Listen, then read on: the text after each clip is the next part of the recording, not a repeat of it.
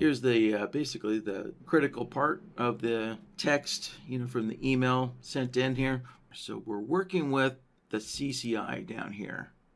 All right, there we go. So here's our CCI. So yeah, this is going to be an interesting one. So two requirements are wanting to be identified. First, the CCI, right, or this could be any kind of any indicator here, right, that oscillates like this. Right, so the indicator needs to move at least 150 units, right? Now, CCI runs in its own subpanel, so it's not points, it's not ticks, it's just some unknown unit of measurement, right? So the CCI needs to move, 150 units there, and it needs to do so in a limited number of bars, right? In a maximum number of bars here. So we have a couple of examples here, right? So this text box here, right? It's measuring from when the CCI bottomed out down here all the way to when the CCI topped out up here, right? And so it took 8 bars, and the Y value, it moved 173 units there. Right. So that's it. Right. So how do you, measure how far an indicator has moved, and then you want to make sure that that movement took place in a maximum number of bars, right? So the other example here is, right, this move, the CCI bottomed out down here, and then it finally maxed out over here, but it took 14 bars, right? So, so it was illustrated just as an example. 8 bars might be okay. That was somewhat short. 14 bars was way too long, so so this short signal would have been okay, but this short signal here is wanted to be filtered out because it took too many bars there, right? So how do we do that? So first thing to note is BloodHound is not a ruler, and it's not a measuring stick, right? BloodHound doesn't measure how long, how far indicators have moved. That's the job of the indicator, to measure itself, especially when there will be different ideas of where the starting points are, right? So now with the CCI, where all the starting points here are consistent, right? It's going to be at bottoms or tops, right? Bottoms and tops. Basically, all of these inflection points or reversal points. But, with trading methodologies, I can guarantee, right, there's going to be some traders who are wanting to measure maybe from a strong angle point, things like that, right? So I'm trying to illustrate that, when you're doing measurements, they're almost always custom. So that means it needs to be custom coded within your indicator. But luckily, since this question here, this length of run is being measured from tops and bottoms, right? Luckily, we do have an indicator that actually does calculate the length of those runs there, right? And so what I have on the chart is the swing trend indicator. Yeah, there we go, right? So I'm using the swing trend indicator since it's a zigzag indicator essentially, right? So it's going from tops to bottoms and bottoms to tops. And luckily, it actually will measure that run in either ticks or points. So let's see here. I'll use these two here. Yeah, let me get my bearings straight again here. So the top number, that's the actual value of the indicator, right? So you can see it says -6 or -6.4, right? And you can see that zigzag point is basically right at the 0 line. So, right, the dashed white is the 0 line. Now, the bottom number here, the 107, that is the length of the move. So from this zigzag point, or this swing point, up to that swing point was 107 units, right? So if we go from this swing point all the way up to this swing point, that was 274 units, right? So we have so we have this custom indicator that can be used to measure, this minimum distance that's wanted, right, for the CCI to move there. All right. So, yeah. And so actually, yeah, and let me pull up the indicator here so we can kind of take a look at the settings here, right? And again, so the number that's on the very top or the very bottom, so this negative 112, right, that's the actual value of the CCI. So, yeah, if I put my cursor on it and we looked all the way to the right, yeah, we can see my cursor is basically at 100 negative 14 there, right? So that's the actual value. So I put that on there so I could, do some math in my head and whatnot and just kind of verify this distance number. And then after the dash is how many bars it took, right? So it took 6 bars to go from here all the way up to there, all right? 6 bars. So this little run here, this little run of 107, right, only took 2 bars, right? 2 bars there, right? So again, yeah, let me pull up the indicators list here. So, right, so I just have the CCI on here with just the standard 14 period. And then I have the swing trend indicator here, which if you go into your SharkIndicators folder, there's the swing trend indicator, right? That's just one of those freebies there that comes with BloodHound. Well, it's just a freebie. So let's see here. So with the swing trend, I have the swing strength set all the way down to 0. So that way it identifies all these little minor zigzags there, right? So again, this is just an excerpt out of the email there. So one of the conditions was to, is I guess I gotta move this over. Come on, move over. There we go. One of the little conditions is, yeah, you see like this little zigzag, right? We got to make sure that, those invalidate, this 150 unit move, over X number of bars there. So that way, because we don't want the swing trend indicator to measure from this low point to this high point, right? If there's any little zigzags in the middle, we want those to be captured. Yeah. All right, so let's see here.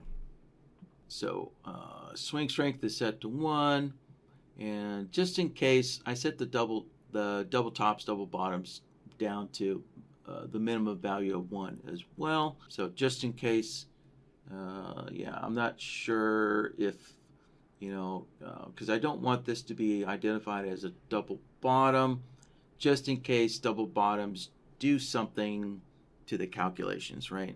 I just don't know what might happen there. So, all right.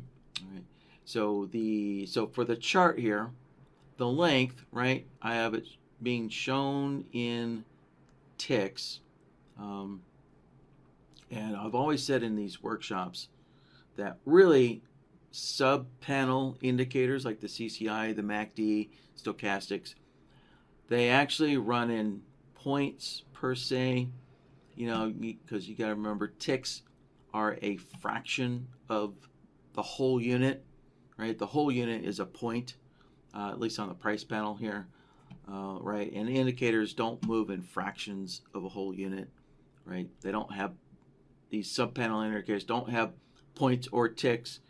So, to be consistent, right? Actually, within BloodHound, within like the threshold solver, if you're looking at something like the CCI running on its own subpanel, right? You want your measurement units in points, since the CCI doesn't have ticks. But because, yeah, I guess, there was probably a conversion problem within the code, to get this text here. So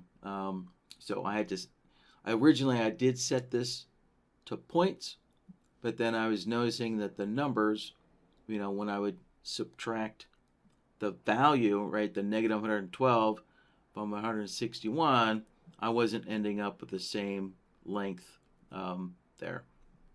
So, so I found out that actually ticks works for indicators running in a subpanel here, right? All right. I also have duration, number of bars, right? So there's the dash 6B, 1B, so on and so forth. Turn the volume off and show price, right? Yeah, so the show price is on the outer, right, the bottom. For swing lows, it's on the bottom. For swing highs, right, it's at the top there. So those are the 3 data points that I have showing here. And, most importantly, let's see, where is it? There we go.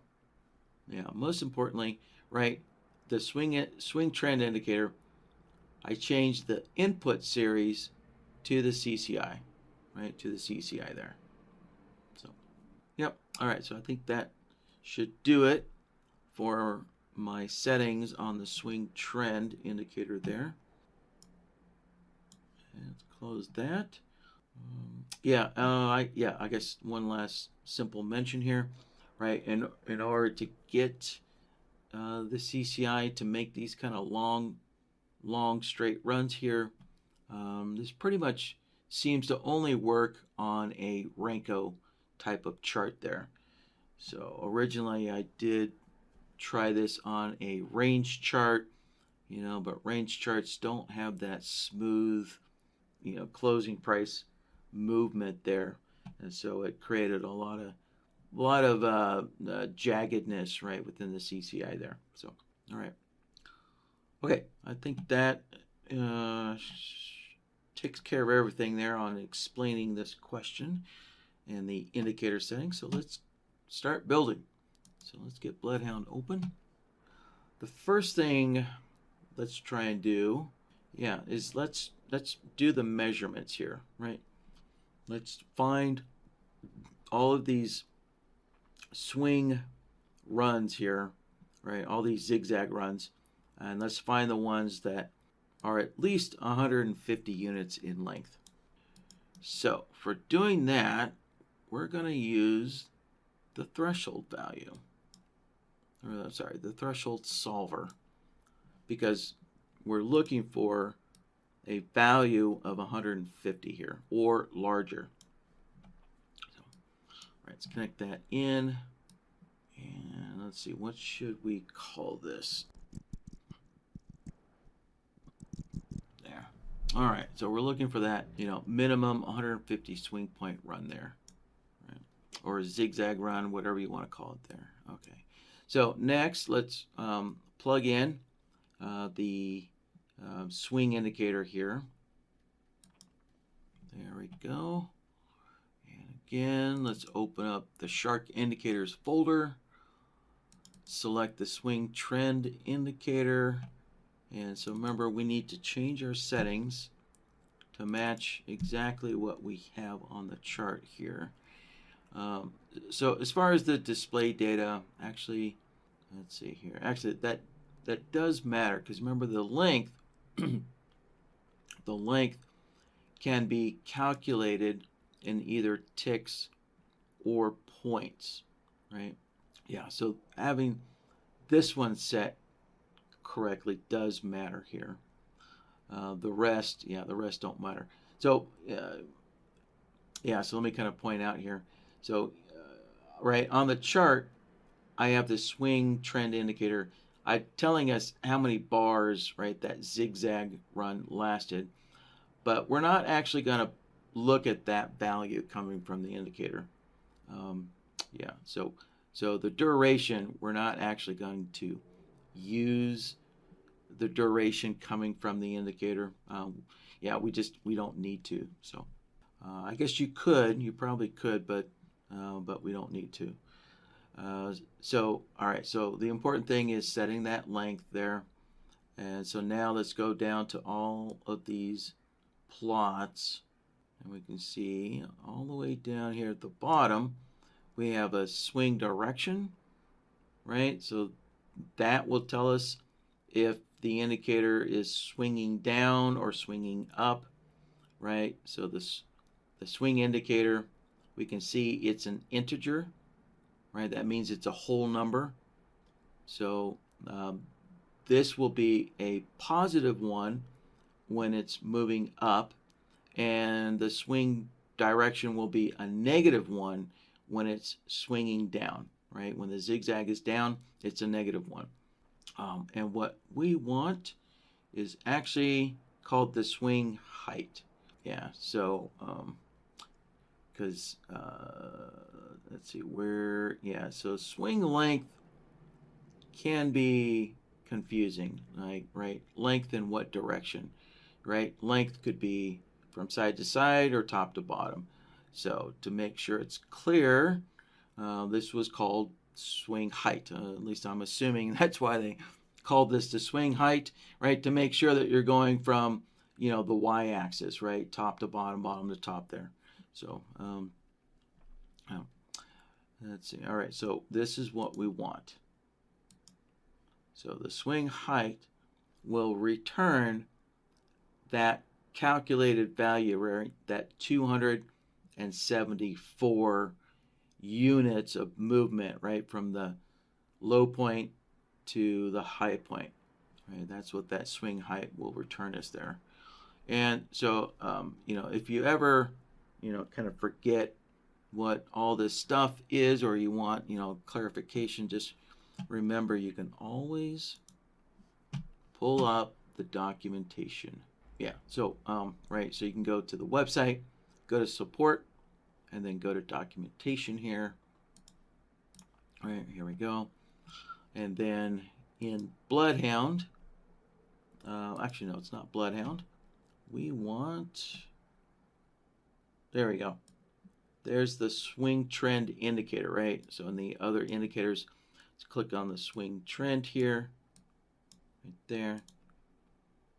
There we go. So we can see we have one page for the swing trend, and it also includes the swing highs and lows. So here's the swing trend. And if we scroll down, right, there's an explanation of the properties there, right? The swing strength, the calculation type. But here's what we're interested in, is the data, right? The swing direction, the swing duration, swing height, swing percent there. And let's see, where is it? There we go. So yeah, here we go. Here's the outputs there. Yeah, so remember this indicator also includes kind of various types of trend,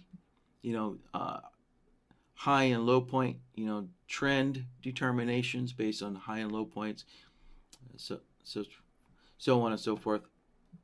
And so here is the swing height there. And if you want to find out the duration, the direction, and the percent, there you go. So there's documentation for all that. So remember, that's in the output section there, right? This output section. So there we go. Oh, yeah. Also, I just want to make sure I give credit where credit is due. So the swing trend is really just a renamed version of the price actions swing indicator from Dorston, right? So this is not our creation, so that's why it's free there. Yeah. So I think you could possibly use the original price action swing indicator if you have that from Dorston there. So yeah. Yeah, basically the swing trend has some of the unnecessary stuff stripped out of the price action swing indicator to kind of streamline it there, so it runs a little leaner, a little faster. All right, so yeah, so there's how you can find out all those outputs there for the swing trend, right? So there you go, swing height there. All right, so let's see. All right, so we have the indicator in place. Now let's go and set up the threshold rules that we want here. Now, one thing we actually, before we get to this, one thing we have to figure out is, all right, so when this, when the CCI is moving up, what type of signal direction are we looking for? Well, here we go. So, so we need the CCI to move 150 units and a maximum of 5 bars, right? And then when there's a counter movement, right? So in other words, when the CCI rolls over, right? There we go. So we're looking for a short signal when the CCI rolls over there. Also, remember from the screenshot here, yeah, right, from the screenshot here, right, we have a short when the CCI topped out and rolled over, a short when it topped out, and when the CCI came down, right, and rolled up, right, reversed up there, a long signal, right? So, right, so when the CCI is moving up, right, we can see that the distance calculation there, or the height calculation there, is a positive value when the zigzag is moving up, and if the zigzag is moving down, right, and we can see it's a negative number, right? So we have a negative 100 or negative 255 there. So we actually want to reverse those, right? So if it's a positive number moving up, but we're trying to generate a short signal, then we need to get a short output when the swing indicator is moving up. We need a short output so that when it rolls over, right, ultimately we're looking for that short signal there. So that is important when you're setting up, right, the threshold rules window.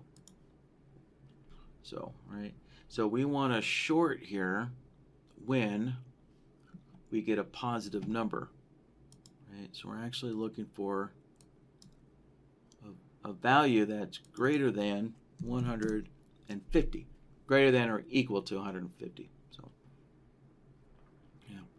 And then we're looking for a long, right? So when the CCI is coming down, right, and the swing indicator is generating a negative number, so negative 255, we're looking for a long signal when it reverses up. All right, so for here, we're looking for less than, and we're going to put in negative 150, like so. And let's hit apply. There we go. Yeah, perfect. So, let's stretch this out a little bit. All right, so there we go. So from this point, yeah, oh, that's right. Okay, yeah. So if you notice here, right, we don't get a output here until the CCI has moved quite a long distance, right? So we're starting off down here at 110. And then when it finally gets up here, so negative 110 all the way up here to about 130, right? So that's approximately 240 units there before this actually outputs, right? We would actually expect an output, let's see, somewhere around here, right? So from negative, where are we at? 112, let's just round it off to negative 110, right? 110. So that means we only need the CCI to get up to 40, and that's a 150 unit move, right? but we're not getting an output here. Well, remember, as I mentioned, yeah, the indicator, let's see here. Yeah, as I mentioned about the units here, so actually, they're actually, so internally, I guess the indicator is calculating correctly. So yeah, so as far as the swing height goes, we actually need the show length to be set correctly in points. Kind of as going back to what I was saying earlier, you know, within BloodHound, whenever you're looking at a value of an indicator, right, that has its own units, within BloodHound, you always, if there is a setting between ticks and points, you always want to use points in BloodHound. And that's actually true for the swing trend indicator. We want it to set in points so it calculates correctly there. So, and yeah, so let me reload here after that.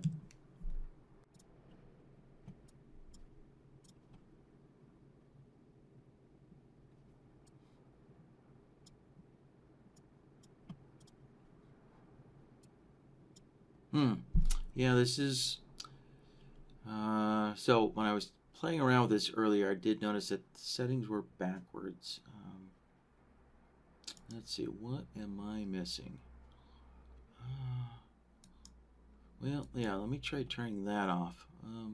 Yeah, maybe some of these other settings here are interfering. I'm not sure.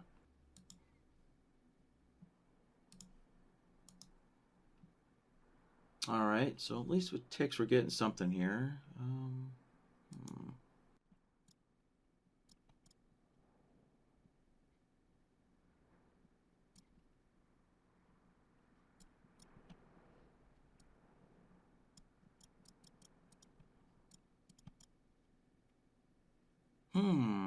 Well, I'm not sure what's going on. I had this working earlier. Well, I'm just gonna play around with this for a little bit here and see if I can figure out why it's not working right now. Oh, Jiminy Crickets. All right. I'm just going too fast for my own good. All right. And for all you regulars in the room, I'm really surprised you didn't catch this for me. I was actually looking over to the Q&A window to see if anybody caught my mistake there.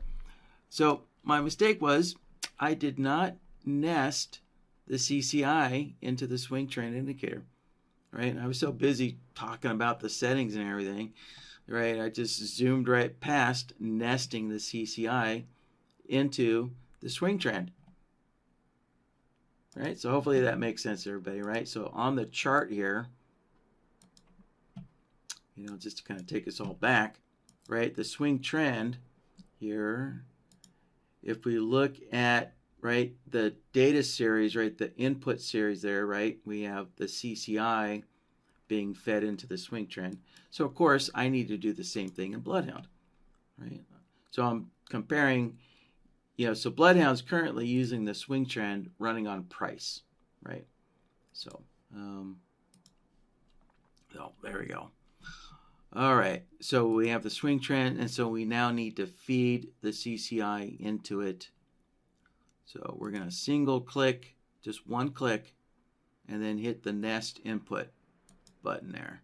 There we go. So there's our CCI now being fed into, right, the input series of the swing trend indicator. There we go. All right, that'll fix it. So let's go down here and select the swing height again. There we go. All right, now it matches up with my arrow perfectly. All right, so this down swing here, right? So where are we at? We're at 140, roughly 140. So once we get down here to around 10, right, we start getting an output, or negative 10, sorry, right? So 140 down to negative 10. So that's our 150 unit move, and we start getting an output, right? So yeah, so there we go. So all these little short moves here, right, they don't have any output there. So there we go, right? So this up move starting at negative 160, right? So once we get to that zero line, basically we have an output. Let's see, where's this bar here? Yeah, so this is roughly negative 15. So from there to just below the zero line, right, that was just shy of 150 unit move. So, all right, so there we go. Now we got this working here. Yeah, so again, let me just reiterate again that our show length is set to points, which is correct. So the height here is, when it's set to points, that's really what we wanted here. So that's correct. Is we want to measure, right, indicators like the CCI, the MACD, the stochastics that all have their own units of measurement, right? Basically, those are measured in points. They're not technically points, but points makes far more sense than ticks do. But the indicator on the chart, in order to get this distance to calculate correctly, again, let me just point out here the swing trend. So on the chart, I have show length in ticks. Yeah, so apparently there's probably some kind of a conversion error, when showing the text on the chart there. So this does need to be in ticks in order to calculate correctly on the chart there. So, well, at least for indicators, right? If you put the swing trend on the price panel, points and ticks, is correct. So, all right, yeah. So sometimes you do have to kind of play around, with your custom indicators, and sometimes you got to work through those little quinky dinks there, where an indicator might have a coding problem there. So we got this one requirement established, identifying when the CCI has moved at least 150 units there, right? So that's half of the requirement. So now let's identify that this run needs to happen within a maximum of 5 bars. Yeah, let's work on this here. Yeah, we'll just mark that there. This will be our working area. All right, so the bar counting starts right once the indicator reverses direction. So we need to identify when does this indicate the CCI reverse direction, right? Because we need this reversal, down here, and we're also going to need this reversal up here, because remember, once it tops out and it reverses down, we want that short signal, right? So we do need to identify these reversal points here. So to do that, that would be a inflection solver, right? And so for the inflection here, we want this inflection of the CCI. There. So let's change our indicator here, from the SMA. Let's change it to the CCI.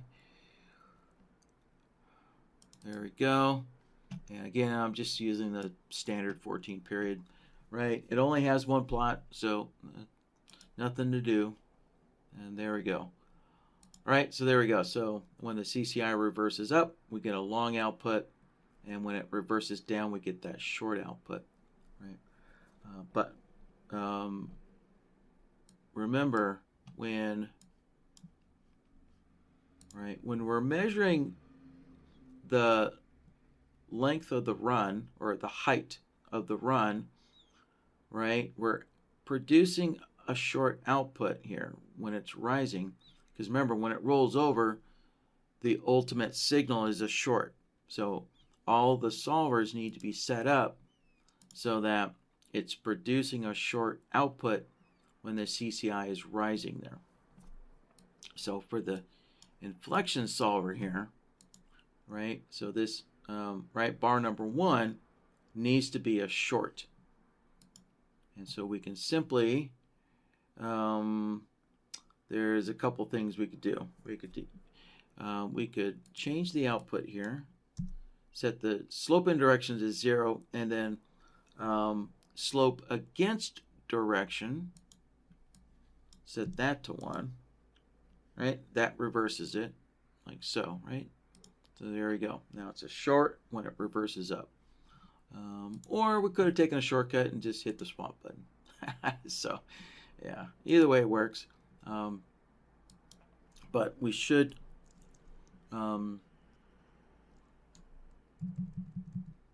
make note of that in the name here, right?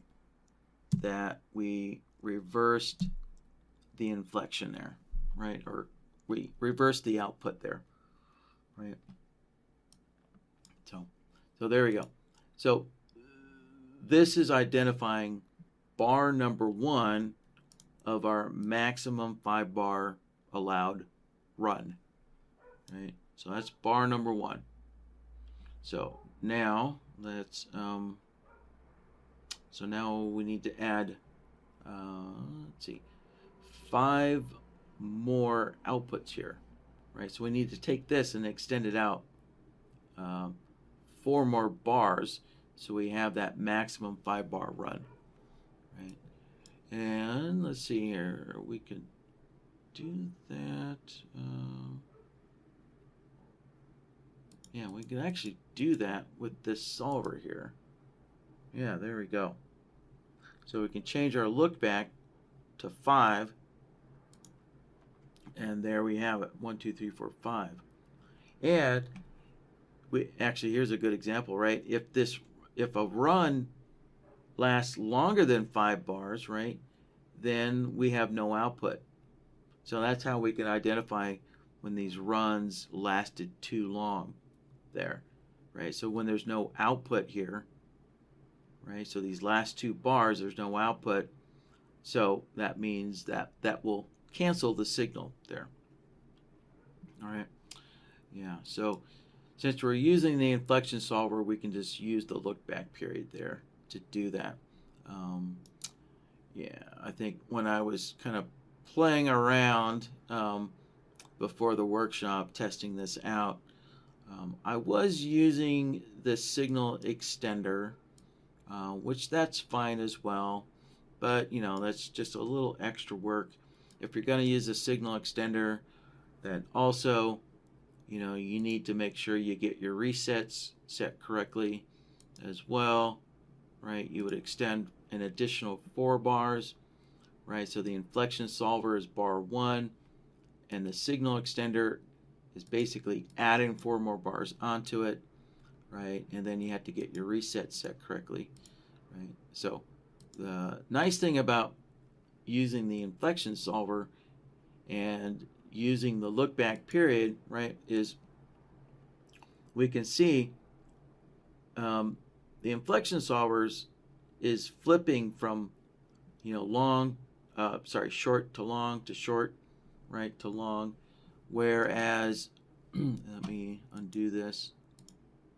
Whereas the signal extender, you know, you'll end up with both long and shorts together. that's why I was saying you do have to get your resets set correctly to get it to look exactly like this, right? So it's a little, yeah, a little extra, few more extra steps. This is so much simpler to just use the look back period. So, all right, so there's our two requirements right there, right? Minimum 150 unit move or run, and a maximum of 5 bars. So now we need to combine these together here, right? And yeah, so before we can combine these, again, you have to analyze, you know,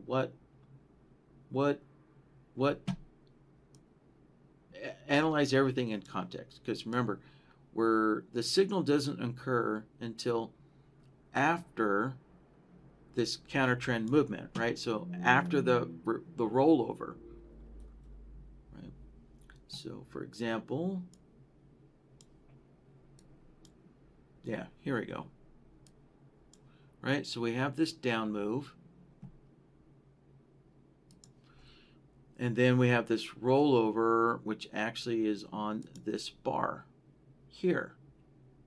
And you'll notice, right, our inflection solver, right, it's going long as long as it's going down. But as soon as the CCI reverses up, it flips to a short. But after that reversal up is when we want our long signal. But of course we have a short output from this.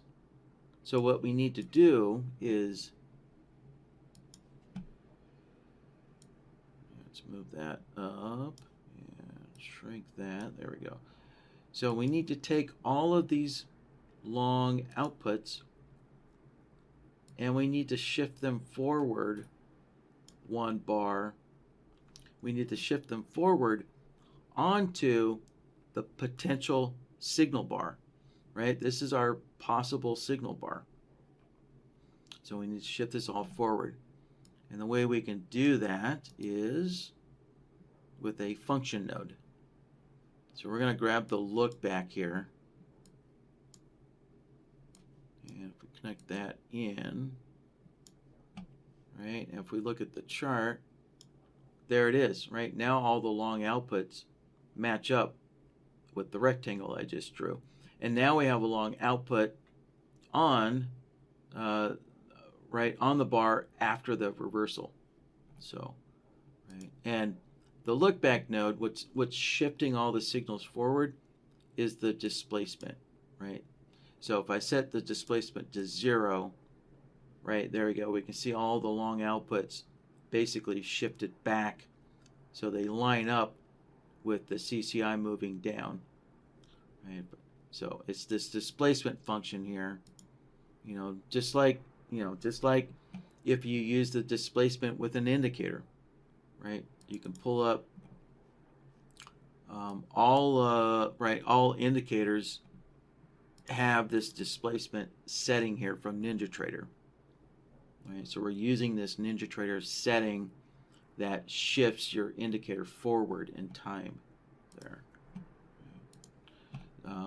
Okay, so let me name this here. I always like to name what my look back nodes are doing. So this is just adding a 1 bar displacement there, right? There. So, all right, and let's see, what else do we have going on? Okay, yeah, so same thing, right, with our threshold solver, right? So when it's measuring that run downward, it ends on the reversal bar, right? So when the indicator flips up, right, it's now calculating the up run there. So we need to take this output here and shift it forward onto the reversal bar as well, right? And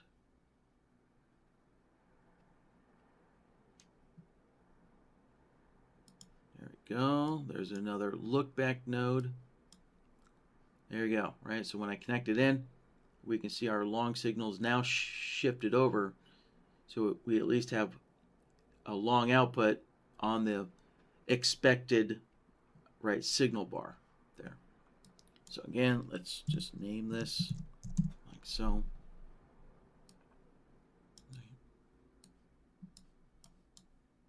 Let's move all that back a little bit, and let's add an AND node there, and now we can combine both of these together like so.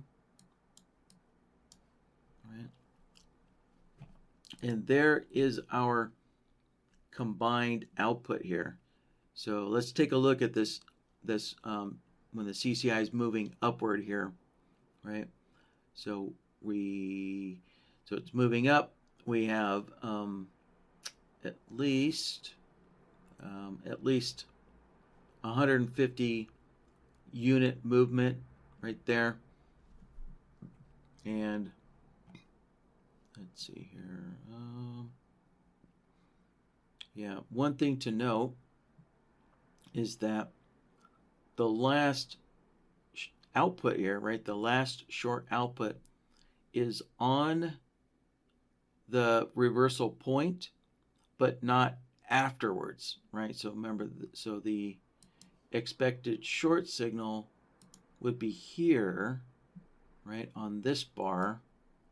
Yeah, on this bar here, but it ended, right? And why did it end? Well, because remember, we're only allowing a 5-bar maximum run here, right? So unfortunately, this run took a little too long there, right?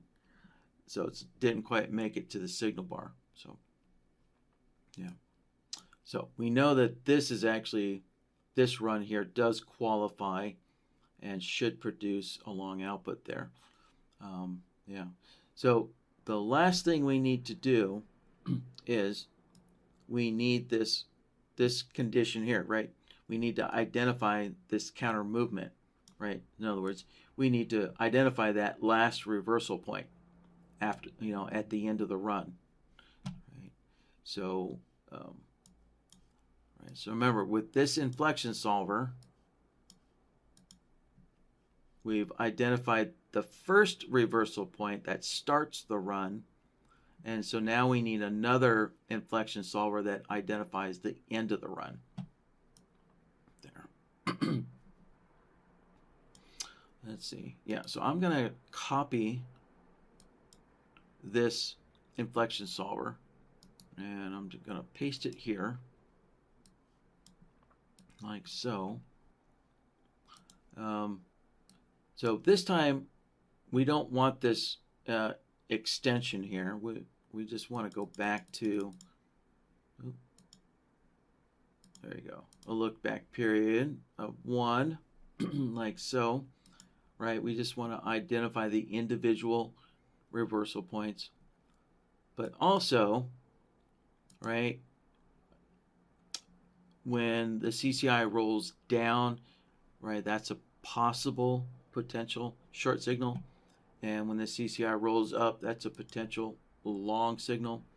So remember, in the name here, we actually reversed the inflection solver.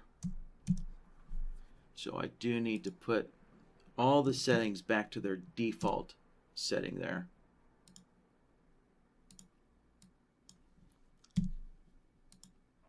All right, so turn the slope in direction, turn that back on, and there we go. So there's our long output, right, where we are expecting, right, a potential long signal, and there's our possible short signal, right, and we have a short output. So there we go. So now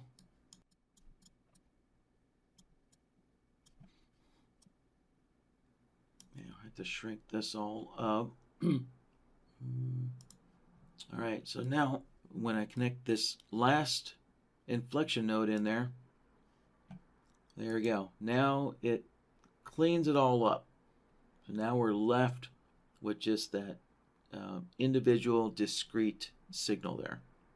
Let's see if this is correct. yeah, so this run here, there we go. So this run, yeah, we can see it was 238 units. Yep, and then it rolled over, and it took 5 bars. Yeah, 5 bars to get from there to there. So there's our short. Let's see, this one took 4 bars. Yeah, so from here to here it took 4 bars, and it moved 228 units. So yeah, there we go. Yeah, so this moved at least 250. Oh, almost 300 points. Okay. Yeah, so this up run, this upward run here, was almost 300 units in 4 bars. So there we go. All right. So that is it. Yeah. So let's recap here, right? So this threshold solver, right? It's reading the swing trend indicator, and again, it's a customized indicator that is able to measure the movement or the distance that the CCI has moved there. So again, BloodHound does not measure how long things are. So you do need a custom indicator. So yeah, so we just kind of lucked out that the swing trend indicator will actually do that. Otherwise you'd have to go find or build your own kind of custom indicator, for whatever kind of custom measurement you're trying to identify there, right? So yeah, so that's measuring the height of each of these zigzag lines. This inflection solver, right, is starting the number of bar count, right? So it identifies, right, these reversal points, and then with a look back period of 5, right, when we get a reversal, it only lasts for 5 bars. Yeah, so let's see how long, 7 bars. Yeah. So this inflection, right, identifies this reversal from the top, and then it only lasts for 5 bars. So if that run goes too long, there's no output, right? This has no output there. Yeah, let's take a look at that again. Right, there we go. So, right, our CCI starts moving down, but then it goes too long and there's no output. So that's what kills the signal, is no output there. And then this last inflection solver actually identifies when the CCI reverses for that potential signal setup there.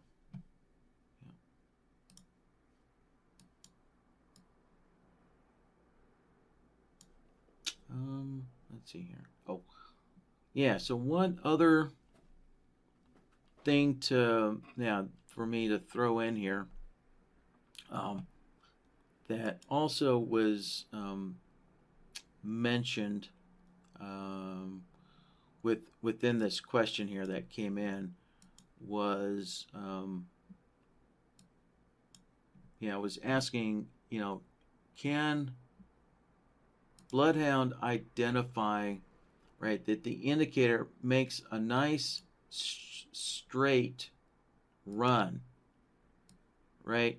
So we can see right here, right, we have this little angle point in the CCI, right? So it's wanted that, if there's this weird little angle point, that actually invalidates the signal here. But that, again, that's not something that BloodHound does, right?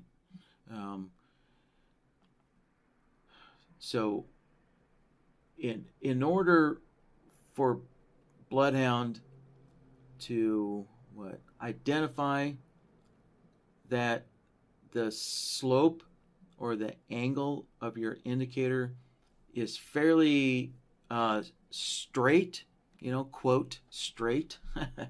Let's see if we can find an example here. Yeah, here we go. Right, so look at this run. Right, this looks nice and straight, subjectively, right? Versus this guy. Right, yeah, this doesn't look all that straight, right?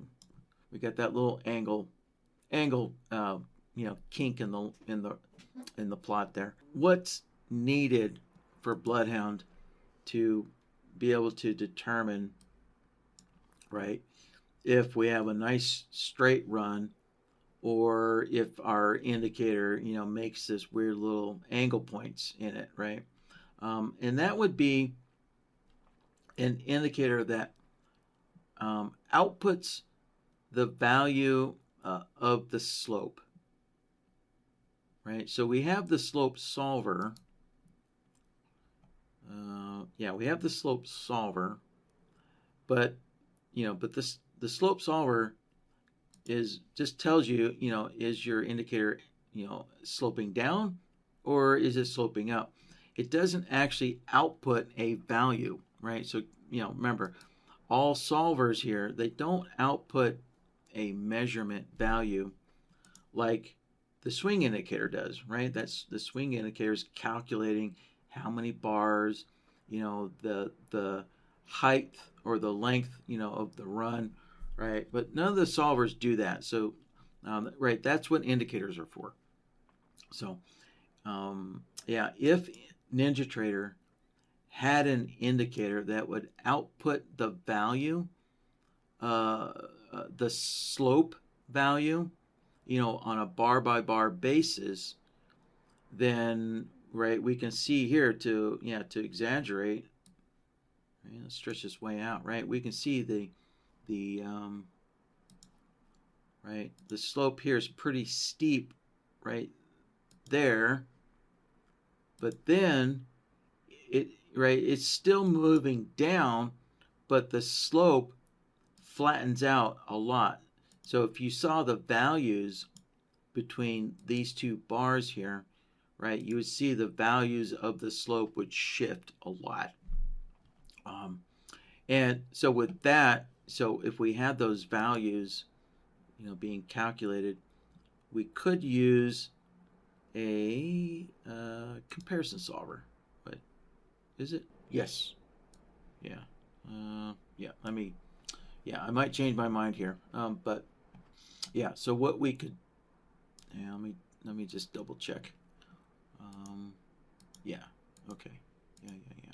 Right. So the comparison solver has this equals within, and we're going to set this to ticks here, right?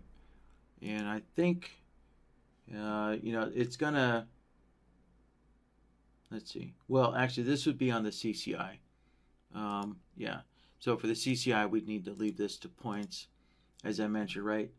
Indicators with their own Y-axis scaling there are measured in points, right? The CCI doesn't have ticks. The MACD doesn't have ticks. So let's see here. So I don't actually know what a good value would be since we don't actually have an indicator to do that. But I'm guessing, actually the CCI moves pretty quick. So I don't know. It might be 1 point. It might be half a point.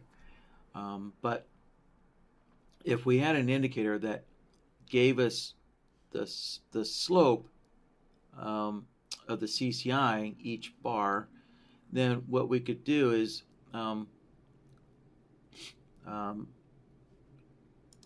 input A would be the slope of the current bar, and then input B, here's the key, is we set the displacement to 1.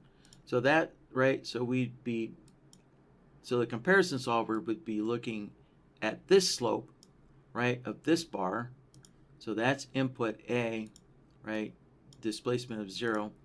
And we compare that value, the slope value, to one bar back and see, are they equal within a certain amount, right?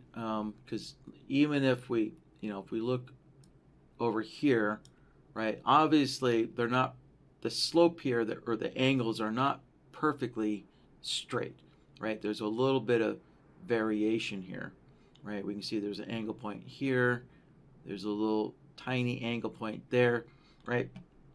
So we need to allow for that slope value to adjust a little bit at a time. And so, yeah, and so with the comparison equals, right, you just have to figure out what is that variation that you want to allow, and just play with this value in here and figure out what kind of works to identify a nice smooth run, right, versus a run like this that has an angle point in it. So yeah, so again, yeah, that's what's needed, is some kind of indicator that will output the slope value on a bar by bar basis, for some indicator, and then use the comparison solver there. One thing the comparison solver can't do, so there is kind of a loophole through all this. Yeah, here's probably as good of an example as I'll get, right? So you can see the CCI is slowly kind of rolling over bar by bar by bar, right? And so if you're trying to get this right, so one thing to remember about the comparison solver, right, is we're comparing one bar to the next bar here, right? So that would allow your indicator to very, very slowly kind of roll over, right? Because when you compare this, the slope here, right, to the slope there, right, those values are pretty close. And then from this bar to the next bar, those values are pretty close, right? So, so the indicator line could have a very slow curve to it over the longer run there. So again, the slope, the comparison solver, isn't perfect, for identifying a straight run over X number of bars, right? Because it's only comparing bar to bar to bar. So it would allow this slow curvature over time there, right? So if you really, really, wanted to make sure that the entire run is, fairly straight, then that mathematics gets a lot more complex, right? You have to start averaging things out, and stuff like that. So so that would require, again, a custom indicator, to do the math to check the entire length of that run, So, right, and obviously that's beyond what the comparison solver does, but at least the comparison solver could give you a simple check to make sure that there's no major angle points in your run there. So so I guess another way of saying it, right, is all of these angle points are very minor, and so the indicator could have a very slow curvature in it, and the comparison solver would not be able to identify that there is this slow curvature over time.